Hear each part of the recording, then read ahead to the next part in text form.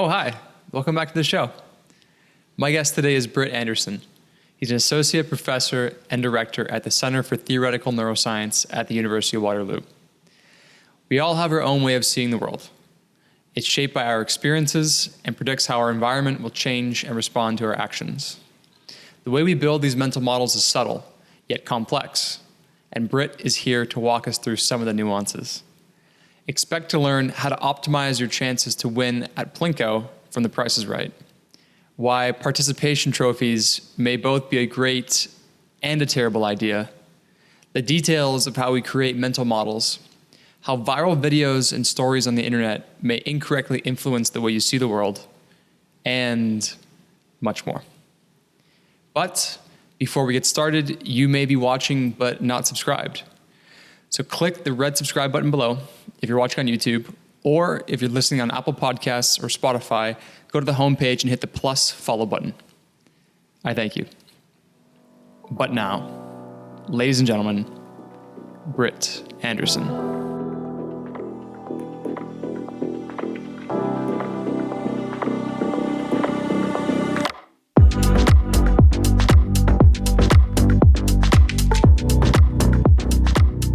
Why is there no such thing as attention? Well, the word attention is used in many different ways. And when I wrote the article with a title roughly like that, what I was referring to was the way many cognitive psychologists use the word attention when they are talking about their experimental results or their experimental motivations. And what I maintain is that most of the time there are better terms that can be used that are more directly related to either the experimental manipulation or the theory being tested, and that often attention is being used as sort of a disguise for our own ignorance to make it appear that we have an account or an explanation when in fact we don't.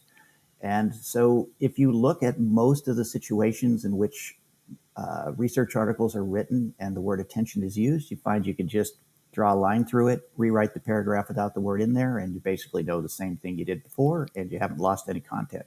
So attention has become reified. It's something we act as if it has causal powers, and you'll hear people say things like, oh, when the monkey is attending to something on the right, his neurons on the left side of his brain fire more. But attention isn't making his neurons fire more. His neurons are making neurons fire more. So we really want to have our causal accounts in terms of the entities that are causes and effects, and not invented, sort of invented terminology that we use to sort of make it appear that we have an answer when in fact we don't. So from your perspective then, when regular folks are talking about attention, how does that translate into how does that translate into what they actually mean? Because from my perspective, attention is kind of focus where I'm currently paying attention to. How would you describe that from your lens? So the one case where, so I think there are a lot of terms we use in everyday parlance, and they're convenient, useful, and helpful. So if I'm going to go to a scientific meeting, I look in the abstracts for the keywords attention because I know those are the posters that I want to see. So it's a perfectly adequate term when it's used as, in sort of this labeling way of like, here's a group of scientific work that's going to be linked thematically, and it helps me find what I'm looking for. And when, you're talking to somebody and they go, huh? And you say like, well, were you paying attention? Yeah, that's a perfectly fine way to use the term. We both know what you mean. And you're not making any great or specific scientific or theoretical claims. So I don't really have any problems with most of our colloquial use of the word attention. I was talking to someone the other day, and I think in some ways the word attention might be a little bit like race. Most geneticists and people who study molecular biology don't feel like race has a very good scientific correlate in terms of what they see when they look at things like DNA and so on and so forth. And yet socially, it's clear that the term race has meaning and has impact, and the way we view our own heritage has a marked importance to how we view the world and how we feel others view us. So there may be social contexts in which words like attention or race are extremely important and meaningful, but they may not be meaningful at other levels when you're reading an article in the literature and someone says, oh, the fact that the person responded more quickly to these stimuli instead of those stimuli is because they were attending to them. It often boils down to that just means they responded faster to these stimuli than they did to those stimuli. And what we really want to understand better is, well, what did we manipulate? How likely things were to occur? Or maybe we manipulated the value of the targets and we found that people were faster to the high value targets. And we might get more scientific insight by thinking in terms of value or frequency sort of even evolutionary importance. And so that's why, things that may move out of the corner of your eye, you may look to them because there's a certain salient value to you in not being surprised by unidentified stimuli approaching you from the side, going back to our days running around in the savannas. So yes, I think in many contexts, the word attention is perfectly fine and has meaning and can be used, and I use it frequently in that just everyday way. But then when you bring it down a level and you say, should it be a terminology of our scientific discourse? I think for the most part, you could just get rid of it and lose nothing. Got you. So it's a bit of a beef with just the scientific use of the term attention. It's kind of a hand-wavy way to explain something or present results. Right. I think it's not even like the term ether. There was a time when models in physics said, there were models that posited this thing called the ether. But there you even had kind of a theoretical specificity that made it possible to design an experiment that proved that the ether was not a true or an accurate concept to describe the physics of the world we live in. Attention isn't even that way. If there's a kind of a famous quote in psychology that goes back to one of the great psychologists, William James. It says something like, everybody knows what attention is.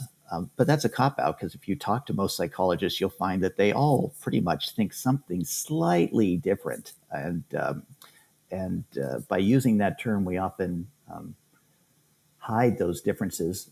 So I think to get back to your question, yes, my beef is more with its use as a terminology in research psychology, where people are offering it as an explanation when it explains nothing, or they use it as some theoretical axiom and rely on it when it's not clear what that means, and it doesn't make often any clear specification as to what you should or shouldn't find when you do a particular experiment. There is one scientific context where I think the word, I haven't come up with a good alternative formalism to use, and that is kind of the very specific case where you are sort of consciously making an effort to just use the word in our usual way, pay attention to something. So you're looking straight ahead, but let's say you're playing a sporting event, and so you don't want your opponent to know exactly where you're going to throw the ball or kick the ball. So you're looking straight ahead, but you're attending on a particular corner of the net. That I'm not sure is explained away as easily as most of the other uses, where somebody says, I blinked a light on the screen, or the red targets had previously been rewarded with $1 and the green targets with $0.10. And so people were faster to respond to the red targets. Therefore, they were attending to them. I think there you can just say, like, well, people responded faster to the red targets because they had more value. That's what you manipulated experimentally. But in a situation where you sort of make this conscious effort to attend, and we can show that you actually are quicker or more accurate in your ability to describe stimuli appearing at those locations, that's one where I've had a harder time coming up with an alternative account that doesn't use the word attention. But that's actually a very small fraction of the experiments that get published in psychology that use the word attention. Usually it's much more about, I blinked a light on one side of the screen, or things were 25% more likely to appear on the left than the right. So there's very clear manipulations there that you might as well just give your explanation in terms of those: frequency, value, abrupt onsets of visual stimuli. Right. So attention's very specific to the context. So your example previously was, if you see something move out of the corner of your eye, that has more salience because the model of vision has rewarded surprise as something to pay attention to. Like there's a high reward, or a high cost rather, to ignoring that kind of stimuli. Whereas in sports, perhaps you want to maybe focus, but not pay outwardly attention to what you're aiming at. So I guess my question here is attention more or less just a product of the decision-making model that you're operating under? I think a lot of what gets described as attention could be handled within the idea of a Bayesian decision framework, and that would have two pieces to it. So the Bayesian part of it would be about probabilities. It would be how likely is something to occur. So the more likely something is, sort of the higher it goes up on the scale. And then there's a part of it that's sort of how well does it fit the data. So things that are likely, and so what do I mean by fit the data? So you're running around and you're playing soccer or football, depending on who your audience is, European or North American, and you see something, kind of some blur happen out of the corner of your eye. Well, if it's kind of black and whitish, that's consistent with it being the soccer ball, and so you may interpret that way. Plus, you're playing soccer, so you expect to see soccer balls, whereas the same black and white blur, when you're sitting at home working in your kitchen, is going to be not interpreted the same way. So that's the Bayesian part. That's relying on the probability of events and their sort of their consistency with your model. And then the second part of the Bayesian decision equation has to do with the value or costs associated with certain observations. So let's see, I guess I can't really make it work quite as well in the soccer model, but going back to this idea that you're sort of walking, you're on a safari in Africa, you've taken this tour, and you're walking around and you see something sort of orangish kind of move out of the corner of your eye, even though it may be that lions are pretty infrequent observations, even on the safari. The meaning to you of a lion is going to be much more salient than some other cause for that sort of orange, noisy peripheral vision detection. And so you might see a lion until you then look at it and realize, oh, no, I guess my eyes were playing tricks on me. It wasn't a lion, it was a dog. So in that case, you might actually perceive something that was less probable if it was of high importance to you. So the Bayesian decision process has the probabilistic computation being multiplied by the value of the perceptions, and you put those together. And in most cases, I would say that when people say you're attending to this or attention explains that, you'd find that you could actually account for it by one of those components.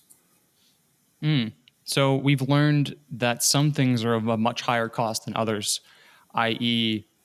longevity, being able to continue to live. And that's why when you see a flash of orange, perhaps your brain goes to a lion or a tiger, because if it were actually that thing, the cost of not recognizing it as it truly is so costly that you are essentially out of the game. You lose the evolutionary race. So therefore, it should override the likelihood of it being a tiger or a lion. Say you're walking in Central Park, there's probably not going to be a big cat roaming around. However, you still get prompted by these stimuli because the costs are so high to not recognize that as it could be. Yeah, I think that's right. What I would add to that, when you use sort of walking around in Central Park or the park, I think there the prior probability of a lion is really low. But if on your New York outing you decided to go to the zoo, then the priors of lions are still pretty low, but they're a lot higher than they were when you were in Central Park.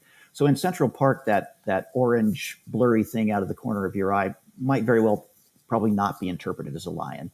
If we put you in the Bronx Zoo, maybe you're more likely to go, what? Oh, no, that wasn't a lion, but maybe still not, because you expect the prior of the lion being loose at the zoo is still pretty low.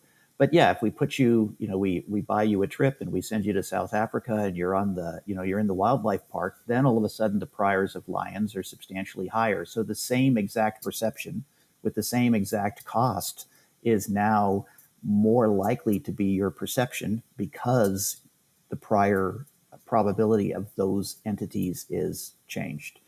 So you're not going to interpret the black and white blur as a lion, because black and white blurs are not consistent with lions. So that's the likelihood part of the equation. You may or may not view it as a lion, depending on the prior probability of lions in the environment where you're operating. And your interpretation of that perception may be higher or lower depending on how you view the cost to yourself. And since we're picking on lions, those, as you say, are going to have a high survival, have a high survival meaning.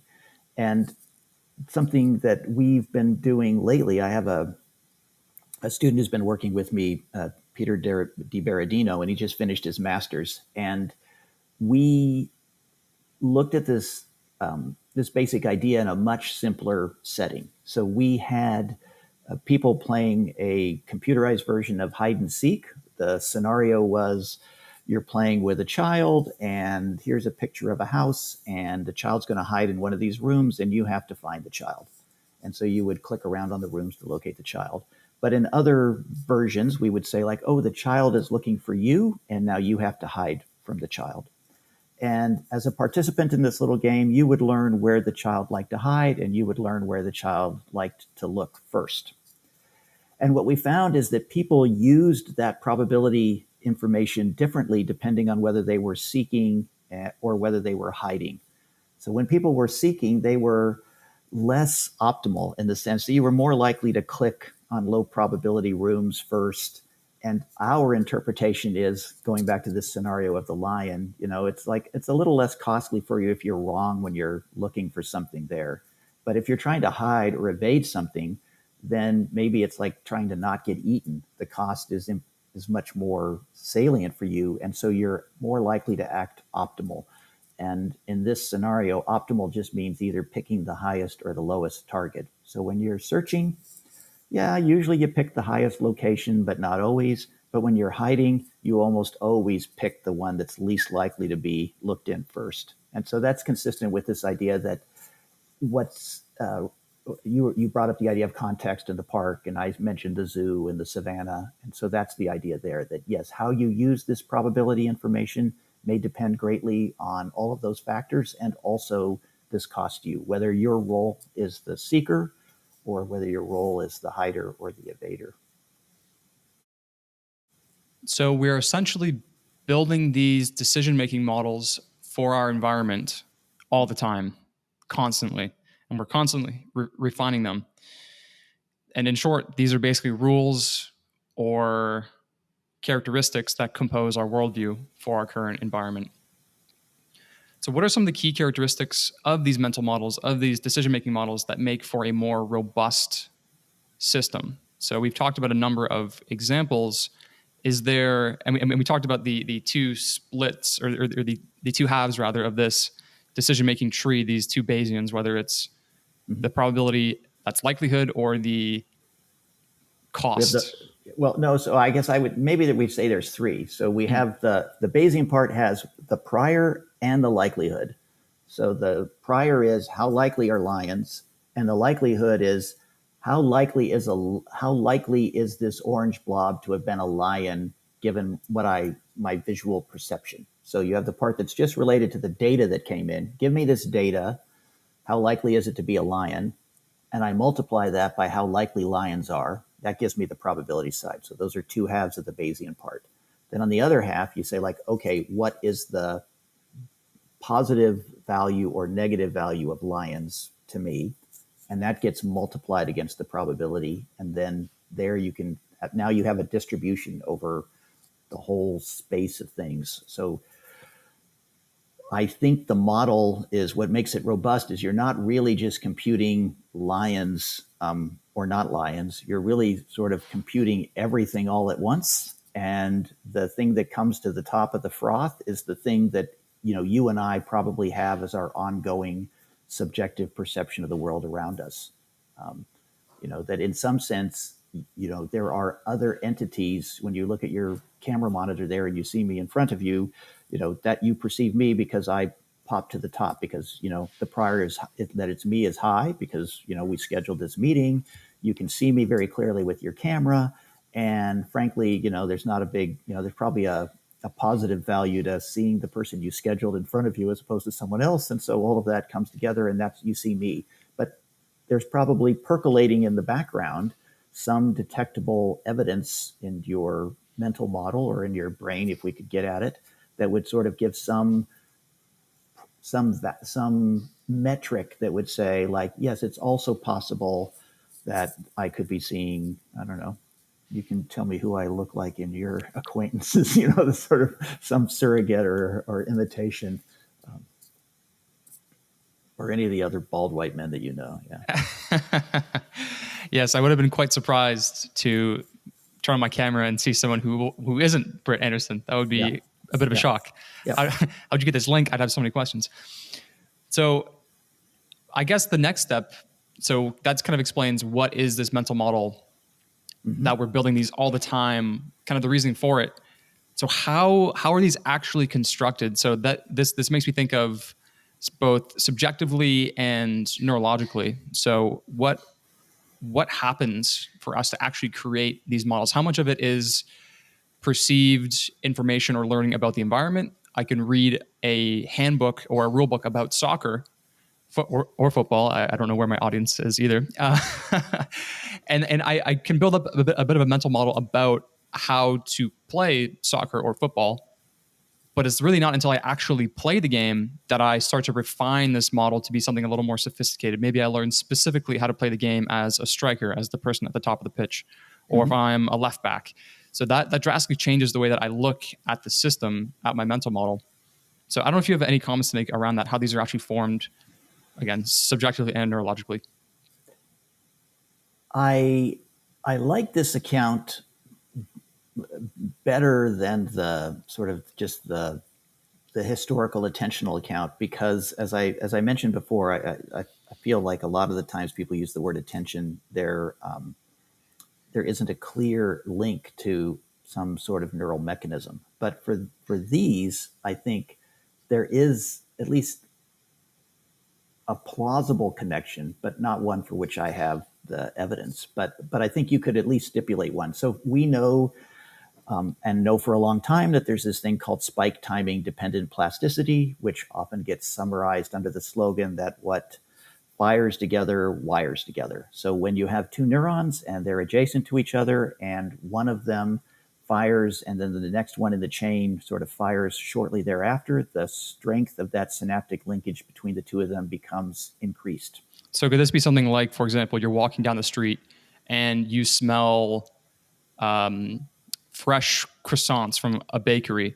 That the smell, which really shouldn't make you hungry in reality, might also fire a synapse that would make you more hungry for that baked good. Is that kind of an example that you could apply to that? It gets harder, I think, to make the extrapolation to those kind of more complex sensations happening in complex variable contexts. The way that synaptic plasticity got defined in the very beginning by one of the people who won a Nobel Prize for some of these descriptions is you'd basically have something like a snail or some simple worm, and you'd stick an electrode into a couple of spots, and you might blow a puff of air and watch the gill retract of this, simple sea slug or snail. And then you could measure the strength of the connection between the two by firing one neuron and recording from the next. And you could see that as you repeatedly paired the blast of air and and watched the gill withdraw, you could see that the neurons that participated in that reflex, it was actually, you got a bigger postsynaptic response to the same presynaptic stimulation. Got you.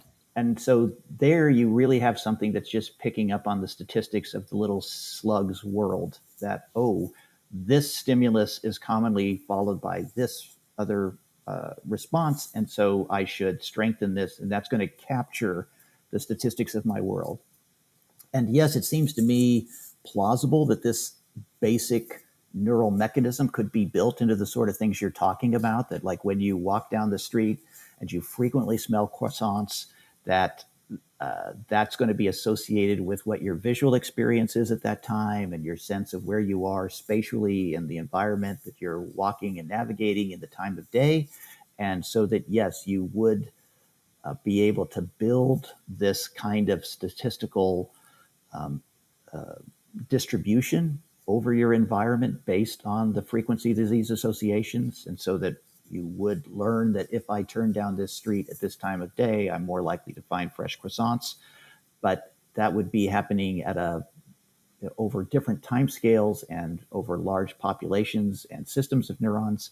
But yes, I think we could see that. And you may have heard, so a lot of people have heard about dopamine as this reward neurotransmitter, and there are well-established systems in our brain that if you sort of record from the neurons, you find that the dopamine signal relates to your expectation for reward. And people talk about this in the context of addiction as well. So yes, we know we have good neural systems for reward. So when I talk about this Bayesian decision process model as a way of describing attention, it seems to me a more plausible account, because you could think about it in terms of these neural mechanisms that reflect the statistics of neurons firing together, or the statistics of other neural transmitter systems like dopamine signaling expected reward or unexpected reward, or failure to deliver an expected reward. And so we could build a system from neurons like that would have all these features, and which in the aggregate would look like it was expecting something to be on the left in a certain context, or expecting red things to be respond to red things better because they had learned the salience and value of those. Giving the same account so one of the great challenges is to find a sort of, I think in terms of cognitive psychology / neuroscience, is to find a meaningful way to move from the neural level to the psychological level. There are many good sort of psychological or cognitive theories, but they sound kind of abstract, because you can talk about a value system, or you can talk about, I built this mental model. And then you have somebody else who's recording from a whole bunch of neurons in a person or in an animal, and they have, well, we know what this population of neurons is doing when the animal is in a certain situation or making a certain kind of decision. How do we give a rigorous and concrete account of how the high-level description, our mental model, relates to this population neural description? And I think that is, I don't think yet we have an effective vocabulary for rigorously relating the two levels. So yes, I think you and I could build an account of mental models, and we could use a lot of mental terminology in terms of like what you expect, or how likely something is, or what its salience is. And I think the neuroscientists could do a pretty good job of giving accounts of which neural systems were likely to be active under certain circumstances. But then you and I might have a hard time saying, oh, these patterns are the things that map to my psychological concept of salience. I see. So we can read a handbook about soccer, football. We can understand the foundations of this decision-making model. You can't use your hands in the game unless you're the keeper, et cetera. And then from there, we can start to build up our own models through action response, neurological synapses, things of that nature. And that can also refine our model. But there really isn't a great way to measure the neural inner workings with the subjective or felt experience. Yeah, I think that's true. It's maybe slightly parallel to what I was saying. So you're giving the specific example of reading the book, and I what I was trying to imply is that so you and I could think hard, and we might come up with a theory about how acquiring information from reading a book relates to your behavior on the football pitch. And that would be a psychological model, because we would be talking in things like, you as a person read this, and this is what you thought, and this is what you did, and then you practiced. But we would be giving everything in terms of like mental constructs. Then we could have some collaborate of ours, and he would be just recording all of your brain cells at once, or he's got you in an EEG machine or something, and he's just got all of these neural signals that he's got. And he might come up with a model that says, now I can explain Jack's performance on the football pitch completely in terms of these neural signals. And we would have two we'd have two sorts of models. We'd have the psychological model that was all in terms of mental terms, and then we'd have this neural model, both of them explaining your behavior. But if you then said, well, how do we map from the constructs we used when we were talking about our neural model to the constructs you and I used when we were talking about our psychological model, to see how those two related? And that's where I think we have a lot of trouble as a discipline, as a science, and where there's a lot of work to be done. So I suppose on the flip side of what makes a good mental model, having a foundation, understanding kind of the rules of the environment, et cetera, and then refining that through learning, reward, punishment, et cetera. Are there generally any things that are most, what are the most overlooked elements of a good decision-making model? And this is highly variable, of course, based on what your environment is in. I don't think I've thought a lot about what makes a good decision-making model. Most of the experimental work I've done has been at pretty primitive decision-making processes. I'll show somebody a line on a screen and I'll have them tell me how tilted it was to the right or to the left. Or I'll show them like this picture of a dollhouse and say, click on the room where the kid is hiding. And by making the situation simpler, it makes it procedurally easier for me to try to isolate what's changing and what might be causing those changes. But it certainly isn't obvious how one would extrapolate to that to making a decision about where should I go to graduate school, or is this person a good partner for a lifelong relationship?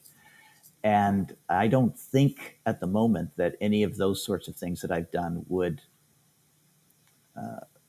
clearly extrapolate to those kinds of decisions. The other part of it is that and it's not just me, but a lot of the things that get explored experimentally in this kind of work are situations where we do trials over and over again because we want to get good estimates. And so there's lots of repetitions, and it leads itself very easily to this frequentist probabilistic interpretation that you're building a statistical model of things. But when you're deciding where to go to graduate school, you've never ever done that. You don't have any frequencies. And even the very first time you do it, the situation will change. So even if you decided to switch programs, you wouldn't actually be doing an IID sampling of the space of graduate school selections. Each is a one-off. And the same thing with picking a life partner. You don't do that thousands of times or hundreds of times. We get surprised if somebody's got 7 marriages. 5 it seems a whole lot. 2 or 3 that's not really adequate to building a statistical representation. So, in terms of trying to use this information to gain something practical that you could use to make yourself a better decision maker, it might just be, I guess, being a little more honest about not tricking yourself into thinking that you can easily extrapolate from statistical insights or probabilistic models to how one might or should operate in these more abstract and one-off frameworks. Right. So instead of these one-off decisions, as you mentioned, finding a lifelong partner, perhaps the way that we go about that is, and this is not for everyone, some people find one person and they date them and then that's it. That's a wrap. Others might be what I've heard as serial daters. Mm-hmm. They date a lot of people. Are they possibly creating a statistical model in their own heads of who they might get along with better, who they might work well with better, and then try to kind of extrapolate the near-term dating market into what they would look for in a long-term partner? For example, if somebody, say, goes on 50 dates over 3 years with 50 new people, they have enough time to kind of understand who they are, what they like about them, et cetera. And then from that experience, next time they find somebody who is within their decision-making peak, let's say, that's it. I'm going to settle down with that person. I think there are situations that might lend itself better to that idea than others. So let's go back to the soccer example. I think, you read the book, you have this factual knowledge about the game and the sport and maybe some basic strategies that one should deploy, but you want to be a better striker. So it probably makes sense for you to just practice a lot so that you can build this statistical representation of how you work when you're on the pitch and how opponents tend to work, and being able to read whether someone's going to go right or left or do a particular kind of fake on you. And that statistical model that you would build would be a good mental model to make you effective in soccer, because in this example, it's easier to envision that everything is independent, that each time you sort of are playing, the opponents, you're getting another sample from the distribution of the sort of the soccer world. I'm not sure it would translate as easily to this one in terms of a social dynamic. I'm not sure that your 50 dates over 3 years could really be thought of as 50 IID samples from the human population. You're probably not doing independent like you're not taking the app and saying, drawing a random number and saying, I'm going to go out with the 14th swipe. You're kind of looking at them and you're saying like, oh, this person's cute. And, so maybe, and so you probably are sort of already sampling some space that you have this representation built up with. You're not getting the whole sampling space. And then also your experiences in the early dates might have a big influence on your interactions in the later dates, where probably not so much for the soccer things. I mean, as you're running around the field and watching how the other players are moving, yes, you're now a more experienced player, so you may get to the best spot sooner, but they're all still kind of probably acting a little more consistently and as an independent example of how human beings motorically move around soccer pitches and position their legs when they're about to kick. The physics sort of limits us a little bit more on what we can do there. So I think, so in terms of how we would use this in the world, if we want to sort of make this rather enormous leap from what I've said to sort of how we're going to live our lives, I would say there might be scenarios in which, yes, you could say, oh, the insight is that I just need a lot more experience, and that experience will help me build a more robust and accurate model of the world, and I'll be able to better exploit it. And the example we've used, soccer, seems to fit as a potential case of that sort. But there may be others where it departs from that framework, and you might be better off recognizing that that's probably not a good approach. I think it would be a bit of a mistake to think that you could sample the space of potential partners in the same way that you could build a model of your performance on the soccer pitch. And knowing that that's probably not the right approach, you might still want to date more than one person to build some experience, but I wouldn't interpret it in the same way. Like, oh, my brain's going to now somehow build a model of what's a good companion for me. And also that's a case where, what makes a good companion in 10 years and 20 years may not be the same thing as makes them a fun date, when you do your 50 first dates. So yes, it would be, I think, a mistaken extrapolation to apply to these social contexts. So do I have something alternative to suggest to people? Not from this. I mean, it's just, sort of kind of mother's wisdom, sort of be careful, think deeply, don't jump to conclusions, all the sort of cliches that you can come up with. I don't think my research has led me to greater insights in this. There you have it, folks. Britt's mother's wisdom for your consumption. So essentially you're saying is when I go out on these first dates, to not sample them with a survey before we end the date, because that's garbage data. Yeah, I think that would be right. Yes. So a few things that you mentioned that I think are very interesting. So this kind of brings up the concept of, say, volume over perception. So when you're operating under a well-defined constrained environment like soccer, you are much more likely to become better at the game, not by studying it rigorously, which could probably help, but it's to really just get the reps in. It's to get your 10,000 hours to become an expert. You just need to do the reps, which I think is interesting. I think that's some colloquial wisdom that people have been sharing for quite a long time now. It's not about getting a project to 99.99% perfect before you release it. It's okay, well, in that time that you're refining it to get to that level, you could have shipped 5 projects at 92% of perfection.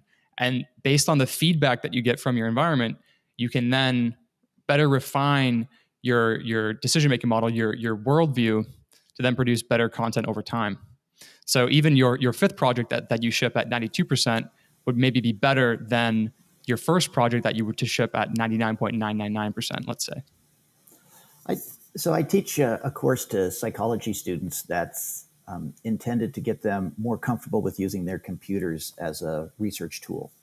And one of the things that comes up in this course is an introduction to Python. And I have students who are very intimidated about plunging in, and so they start watching videos on Python and how to do this, or they get this, they start reading blogs about it, and they try to sort of do what we talked about earlier, sort of like get this book knowledge of soccer. They're trying to get this book knowledge of Python before they ever start. And what I encourage them to do is, no, just start doing stuff. So like, can you print out the numbers from 1 to 10? Let's just, write this simple loop, and it'll not work the first time. And don't worry about what all the ways of writing loops are. Just do this one. And I try to encourage them in this getting the reps in. And my unquantified, impressions from these approaches is that that's the more effective one.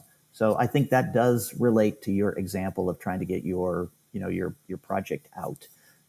There is a value in, instead of always sort of planning for perfection, to just make it good and do it over and over and over again. And that's probably a quicker route to success than the sort of sitting in your armchair, cogitating abstractly what's going to be perfection. Yeah. Decision paralysis. You mentioned again one thing that I think is very interesting and very salient to this conversation is your students are looking and reviewing these online tutorials, reading documentation, watching videos on how to use Python. Python, for folks who are unfamiliar, is a programming language. It's quite what we call high level. So there's lots of libraries and things to make your life easy. Some people would say, maybe some snobbier coders would say it's basically like writing in plain English, but we won't quite go there.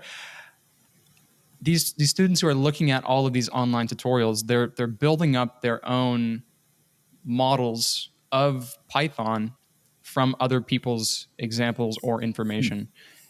And I think this is very, again, important to this conversation.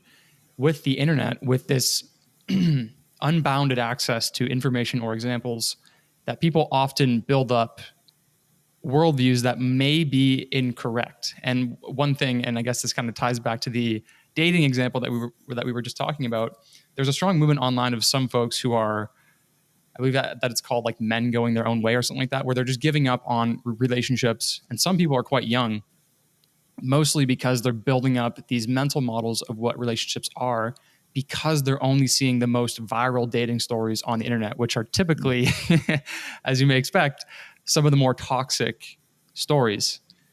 Have you put much thought into how the internet or global communications is impacting our ability to form mental models or decision-making models?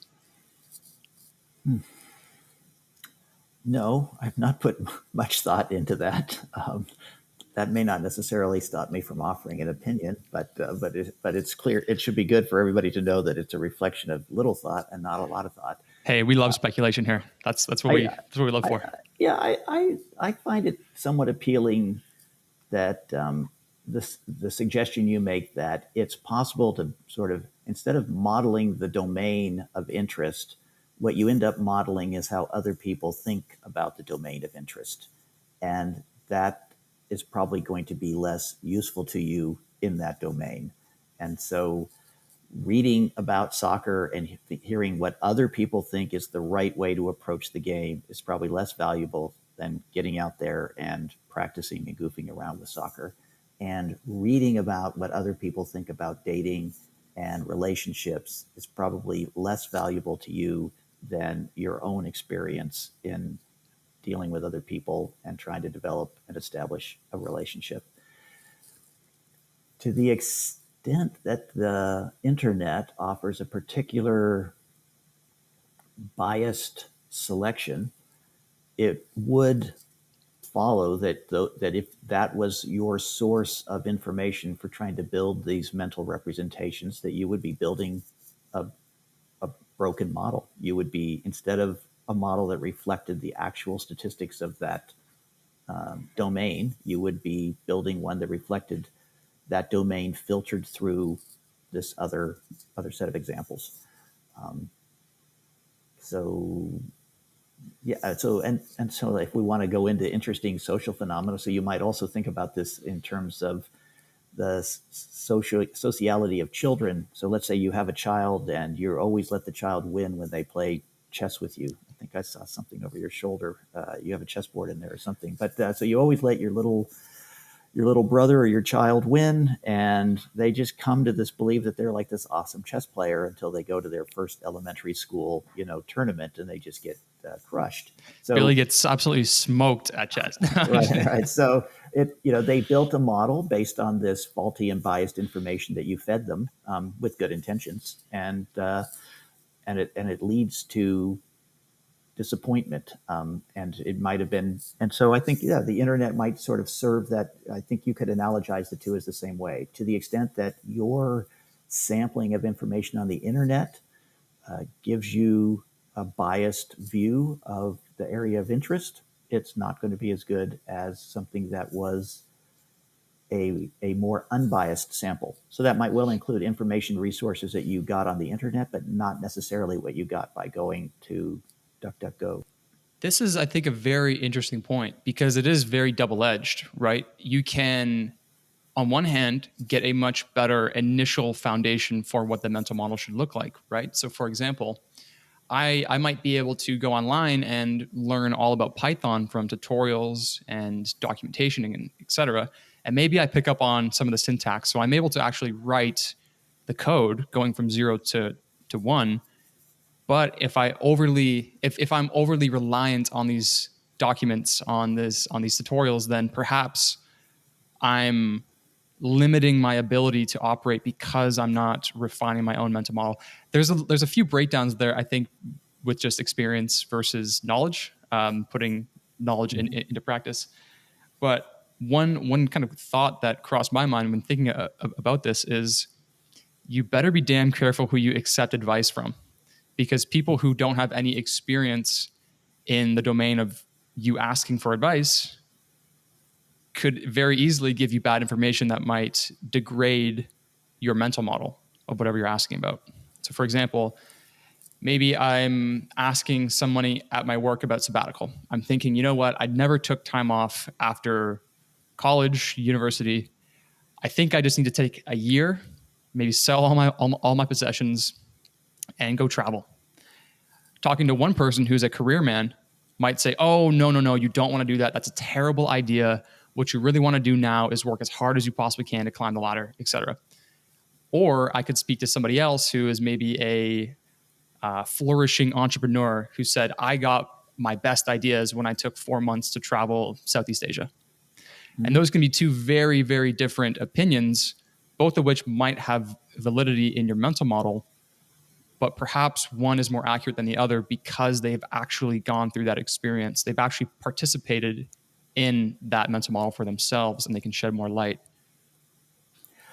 Yeah, so that's a interesting thought problem, because whichever decision the person has taken that you're speaking to, they, by definition, cannot have taken the other. Right. So we don't have the sample of the person who both went on sabbatical and did not go on sabbatical, and we now have their observed effect on their careers. We're only seeing the people who chose the sabbatical or didn't, which may well reflect biases they had to begin with, but also means that we don't really get a sense of the statistics of the alternative. That's just unavoidable, and because of that, it should perhaps give one a little bit of pause to over reliance on those kinds of anecdotal reports. And even how you then would find, if we're sort of staying in the statistical realm of looking into this for inspiration, if you ask you ask Hacker News and you say like, oh, should I take a sabbatical or not? That's clearly not an unbiased sample, right? All of those people on this Hacker News thing are all going to be driven entrepreneurs or interested in that lifestyle, and they may have a very particular perspective on the benefits of this sabbatical. Whereas, if we, I don't know, drive wherever we can find our nearest commune, we sort of drive out to hippie heaven, and everyone is telling us how happy they are with having, dropped out. So yes, I think be broad in your sources of information is probably a good general piece of advice to try to get an accurate representation of the statistics of this domain so that you have a more accurate model of that domain. But also, and this is, I think, what I was saying earlier on, and just I'll emphasize it again, that there may be particular domains for which this statistical idea is more useful in terms of trying to guide your behavior, like practicing soccer, and domains where it's much less likely, like trying to sort of take the statistics of a sabbatical. Sure, talk to a few people, hear about their experiences, but then don't, go back and say like, well, 4 people liked it and 2 people didn't, and 1 was undecided, and then trick yourself into thinking that means it's, twice as likely to be a good decision for you. And again, recalling some things that you mentioned earlier. So the chess set, I don't know if it's visible over my shoulder here. We had mentioned that because you might let, your younger brother or child, Billy, win at chess undeservingly. And then when he goes to actually perform in a tournament or a actual competitive game at school, let's say, they get smoked. That also made me think of, and again, maybe it's because we're talking about soccer, participation trophies. Mm-hmm. This to me feels like a reward for just showing up, where that might not actually prepare you adequately for the mental model of sport, of competition, things of that nature. If you're always bound to just get some kind of reward, in this case, it's a trophy, even when you don't show up, even when you do things wrong and don't deserve it and lose, that I feel like may have profound implications for maybe the psychology of these people who then apply that to other avenues where they are expecting the results to be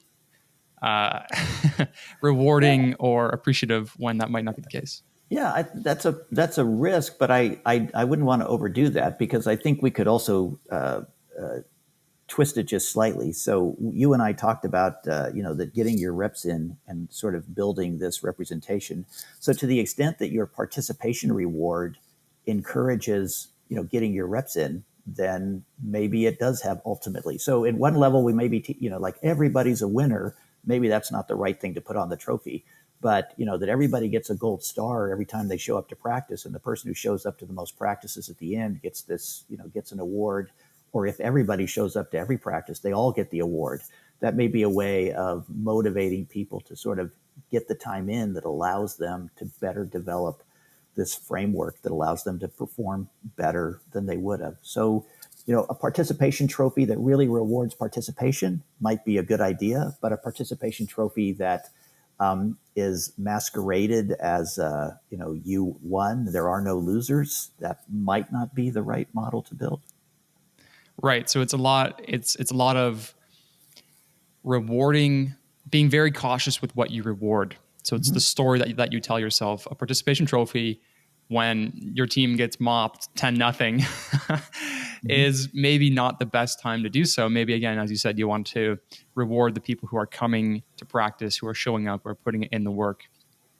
It's quite interesting. Another thing that I thought of was this information that's coming in. We need to be very careful, again, from the source, how we're applying it to models that are reproducible or that are unique. How may we be better at debiasing information? And this is a very hard question, especially now in the world of AI and these large models that are being built on content from the internet, which is inherently skewed towards, it depends on where you're looking, some of the more vile aspects of humanity. How do we debias in ourselves to try to interpret information for what it is and not for the lens in which it's being passed to us through. Yeah, I mean, obviously, don't know, right? I'm just mouthing off based on my own limited scientific experience in much simpler scenarios. So I guess I want to keep emphasizing that caveat that I'm not trying to say I have all the answers here, or even particularly. But anyways, so with that as the case, I think the main lesson that I would take from and I'll give some examples in a moment here of the things that I know, is that you should be very cautious about trying to avoid the biases in the first place, because I think they can be extremely hard to get rid of. And again, the scenarios I have in mind are very simple laboratory settings. And so one could challenge me on how obviously they would extrapolate to more complex scenarios. But I've read experiments where, you bring somebody in, and in this particular experiment, they actually put the computer screen flat. So the person was standing over it, and it was a touch screen, and they were doing basically just touching things that appeared on the screen. And the experimenters had biased the objects to appear in one quadrant more than the other. And then they actually did things like they moved them around. So they physically changed their relationship to the screen, and they tried to have them learn new biases, and it was hard to extinguish the old ones. And they could even bring them back later, days later. And if the experimental setup was kind of exactly the same, same computer setup, they put them in the same location, they would find persistence of these biases that favored the previously, the quadrant that had previously had most of the targets was still the one that they tended to go to first and faster. Something that I read just recently that somebody recommended to me, that was actually a study in mice, and the mice had to basically, go into one hole or the other in order to get a drop of water, and they would train them in a particular session that you should mostly go to the left hole instead of the right hole, and then they would signal them that there was an error, and by not giving them the reward when they expected it. And they could observe that the mice were then more likely to choose either side. But the minute they gave them a reward on the side that they had previously learned was more likely, they sort of just immediately re-exhibited that bias to the old side. So the moral of that is, I don't know a good way to de-bias yourself. And because of that, it means that maybe we ought to be cautious about not building up the biases in the first place, rather than how to fix the ones we've already got. So it's a bit of just critical thinking about what inputs that you're taking in, if you can. I mean, it's a very hard problem, because most information, there's so many things. Even just with your visual system, you're taking in so much data that you actually don't process at all. You look for edges, for faces, for color, maybe for motion, as we talked about earlier with a tiger or a lion. Maybe there's some tall grass moving around just very suspiciously. Mm-hmm. But I guess with the information that you are taking in, to try to be a little more critical in the analysis of what it is, what it means, if it's valuable. And again, that's a very hard thing to grapple with. Perhaps the best way to do it is to try to be aware of what you're taking in, and if you can put it into action quickly. So if you can quickly kind of split test or stress test the information, does it help the model? Does it make the model worse? Does it make the model rather the same? For example, again, to tie this back to something, in soccer, maybe I make a more aggressive run as a left back. So I'm a left defender, and let's say I make an overlapping run. I run up the sideline to join the attack, and then we get burned on a counterattack, and we get scored on. Well, perhaps the game that I watched last weekend, where a left back joined the attack and they scored a running header into the box, and it was beautiful. Well, perhaps maybe I need to better analyze and assess the trade-offs of that information in my system, because of the risks that could also present themselves. Okay. I mean, the other thing that occurred to me while you were giving your example was, maybe you shouldn't always be practicing at the striker spot, even if that's where you want to play in the game. Maybe there's actually benefit to you to take some time in the net and be a goalie for a practice, or play halfback, or play striker on the other side from your stronger side. And that's a way to perhaps broaden your experience of the soccer pitch and build a better model of the soccer pitch so that when you do move back to, left striker or whatever it is, you'll actually then have a richer, less biased sample of how the game is going to flow.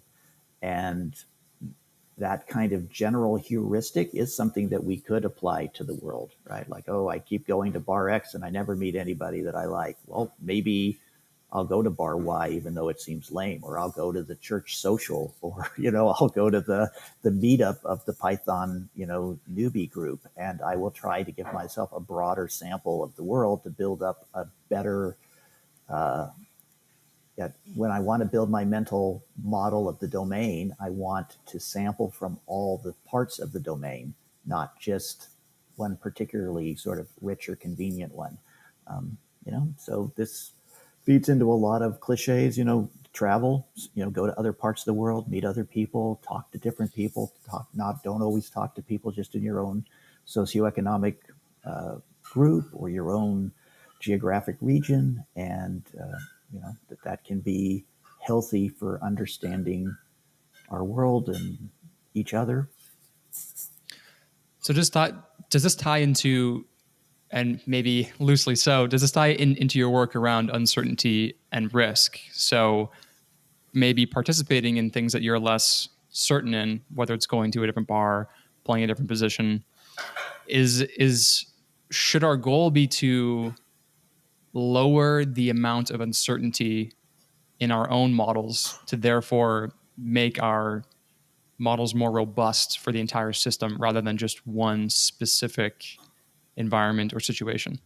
One of the games we sometimes have people do in the lab is called Plinko, and that game is in The Price is Right. So anyone who spends a lot of time watching game shows, it's got a triangular arrangement of pegs, and you drop a disc or a ball in it. It percolates down to the bottom. And because we do it on a computer screen, we can make the distribution anything we want it to make. If you actually play one built in the real world, like on The Price is Right, the most likely location is right dead center, and that's where you ought to put your bet. But we can make them appear any which way.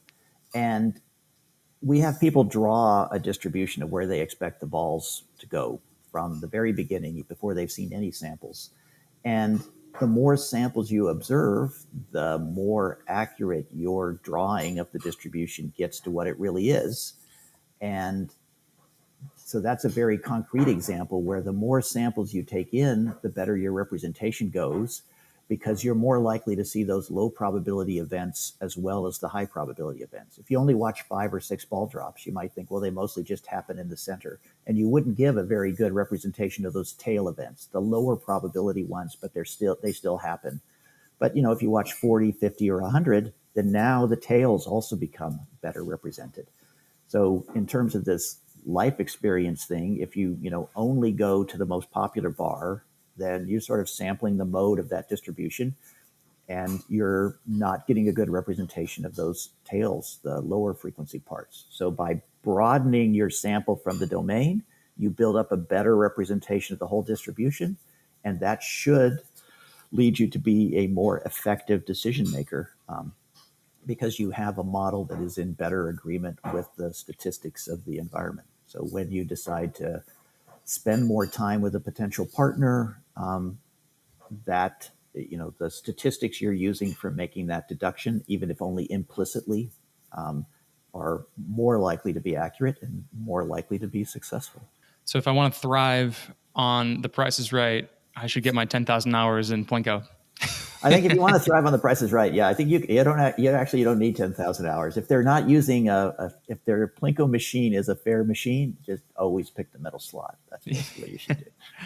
If you want to take anything away from this conversation, folks, it is how to win at Plinko. That also kind of spurs a question in my mind. And again, I believe that you've studied this a little bit. What is surprise, and why do we get surprised? Well, one definition of surprise is that it is just the inverse of the probability. And this is a technical definition of the term surprise. And if you have a coin and you flip it and it comes up heads half the time, then the surprise is basically going to be 2 or some it's going to actually be the log of some 2 or something, but it's going to basically be 2. But if you have a coin that you flip and it comes up heads, let's say you have a 2-headed coin, someone is sort of cheating. Well, the probability of it coming up heads is 1, so you really don't have any surprise when it comes up heads. It's just 1. So that's one definition of surprise, but I don't think that accords very well with our subjective experience of what is or isn't surprising. It roughly relates to it. Certainly, things that are unlikely tend to be described as more surprising than things that are very likely. But it's far from a straightforward mapping. And we do seem to have some context that influences that. So a probability of 1/10 in some situations may be not as surprising as in another, depending on sort of the entire distribution. So if you had a flat, uniform distribution of 10 things and each one happened equally, observing any one of them might not be viewed as very surprising. But if you only had 2 choices and one happened 90% of the time and the other one happened 10% of the time, then that 10% event might be viewed as more surprising. So it's not as simple as the probability of that event by itself, but it seems to be partly related to the probabilities of the other events that are possible.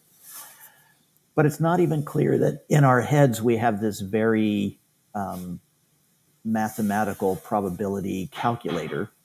We've done some experiments most recently where we just ask people to actually rate their surprise or their disbelief to give us a ranking. So we will describe to them events such as you go to Quebec and you meet someone and they speak only one language and it's Korean. How surprising would that be? And they have to give us a number. And then we say English or French or other things. And then we also ask them to make various combinations. Like you meet somebody and they only speak one language. How surprised would you be to learn that it was either French or Korean? And we see whether they obey the mathematics that the probabilists and the set theoreticians say they should in terms of how disjoint events get combined or probabilities get combined. And people don't follow those rules. They have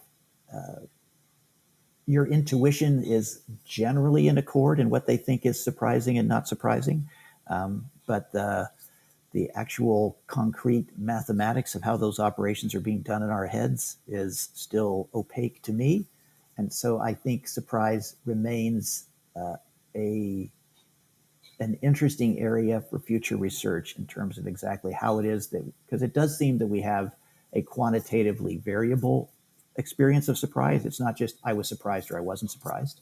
And it does seem that we can rank and order those events, but it doesn't seem as if it's simply a proxy of probability. And so that's all I can say. I think there's more to learn, and it's an interesting avenue of research, I find. So in the context of this conversation, when we're talking about mental models, we're talking about how we think about our view of our environment, of our world, and how things fit into that. So as you mentioned with the languages, if you're in Quebec, if you're in a place where people are native French speakers, likely to be bilingual in Canada, if you find someone who only speaks Korean, that seems pretty surprising. Do surprises make us take pause or consideration for refining our models of the world? I mean, I guess by definition, a surprise is something that is outside of your mental model, your likely probabilities of how you would expect to interact with the world or the world to interact with you. So is it necessarily something that we should think of in order of refinement, or is it something that we should think of as like, this is some, black swan event that is a total one-off and we should maybe disregard it? A lot of the work that I do doesn't, other than these examples that I just gave you most recently about Quebec and things like that, most of the work we do doesn't really we don't really ask people to give us very detailed introspective accounts of what they're doing. We make our inferences from things like how long it took them to respond or how likely they were to look in one spot or look in another spot. From that lower level research, I think it's pretty clear that low probability events are surprising. You look at them longer when they happen, and that they probably relate to some something like updating your mental model, that I can infer that you're doing something like that based on how long you look or how long it takes you to respond to an unexpected stimulus. It's also the case, using specifically from data we have using this Plinko game, if I said that I have you draw the distribution on the bottom of the screen where you think the balls are likely to fall, and I allow you to freely change that estimate whenever you want to. So you hit a button and a ball falls. You hit another button and a ball falls. And at some point you may be, oh, okay, I think they're more likely to occur over here than I did before. You edit that drawing you made. We find that people make smaller adjustments when the balls fall way far away from where they expected them than when they fall sort of intermediately distant from where they expected them. So there does seem to be a bias. So it gives you this quadratic, this sort of upside down U of a curve. When things are a little bit away, you make bigger and bigger adjustments. But at some point, when things start getting more extreme, yeah, you do seem more likely to throw it away. Like, yeah, that probably just was, they probably didn't program the experiment right. So I don't need to worry about that one. It's not compatible with what I've observed. Even though we do know it's compatible, it is a low probability event. It's a very low probability event, but it's clearly drawn from that distribution. So yes, I do think that surprise reflects the statistics to some degree. I do think that to some extent it provokes us to update our models. And I do think we have a bias that discounts the outliers more than we should. Whether we can use that in a sort of an explicit way to sort of think about things and provoke a more robust updating process, I don't have any data on that. I don't know of work on that, and I'm skeptical just based on my own intuitions, but I can't give evidence for that. Gotcha. So just because I found one Korean speaker in Quebec doesn't mean I should expect to find more, or that I should start learning how to speak Korean to communicate with this. It probably does. Population. It probably does indicate you should expect more. But what we would probably do is exactly what you said. We would just assume like, oh, that was weird. He must have been a tourist or something like that. And we would discount it when probably we shouldn't. We should then, what we probably should do is like say, well, why is that? Well, maybe somebody came over here for school and brought his mom with him or her dad. And that's actually they're an immigrant, but I didn't really think that there was such a large Korean population. We should probably do a lot of those things. But instead, what we tend to do is what you said. It's like, well, that was weird. And then we just go on with our old model, just like we had it before. Right. So instead of, wow, that was surprising, I should update my model, maybe it's, wow, that was surprising, I should think about this new piece of information quite critically. Yeah, I think that would be a reasonable heuristic response. I don't want to come across as being too strong an advocate for any of these things. I mean, because we are making a big leap from the kind of data that I collect to the recommendations that we're making. And, like everyone else, I have fun doing that. I just don't, I don't know who's going to listen to us, but I don't want anyone to be baffled that we know more than we do. Yeah, they should be critical listeners about this podcast. For sure. Like all information online, people, do your homework, think about it, digest it. But yeah, the world and life is a very, very complex system. To boil anything down to a very simplified view, I think is a fallacy. And that should actually be one of these salient alarms that go off in your brain that, oh, if I can make a real simplifying, view or assumption or model of the world based on this one piece of information, I would strongly reconsider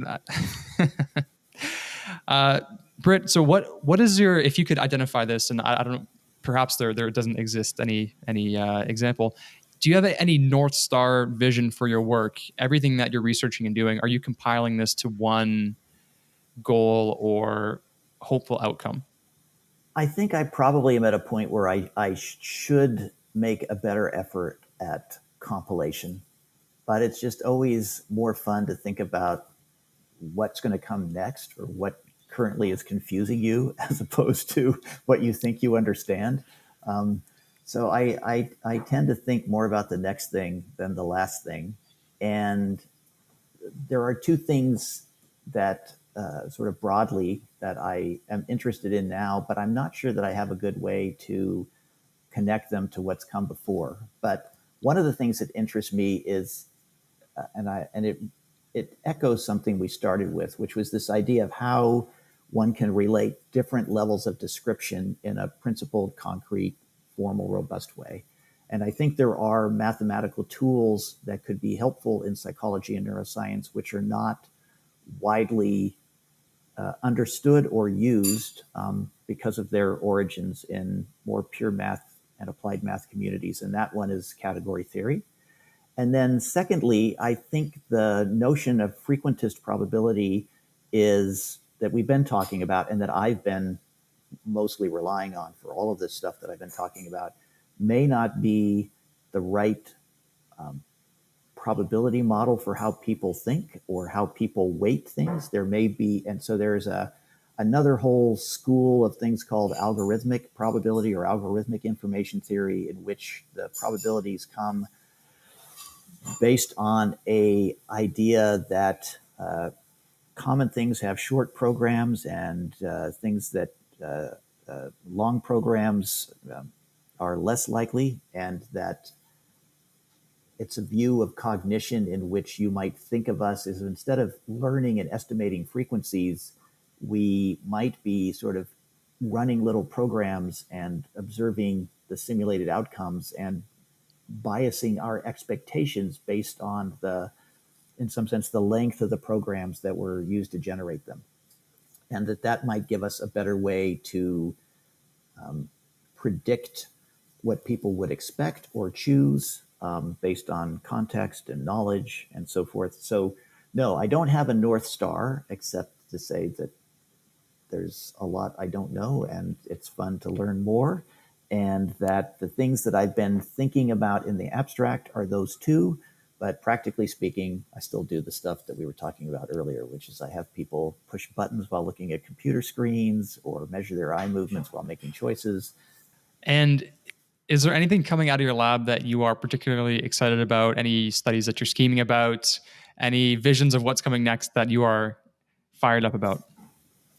Well, I do think I mentioned the hide and seek work that was this master's thesis that should be going to the readers shortly. And so that work is not out in a manuscript yet. And so that is something where we've been trying to look for how people use probability differently depending on contexts of seeking and evasion.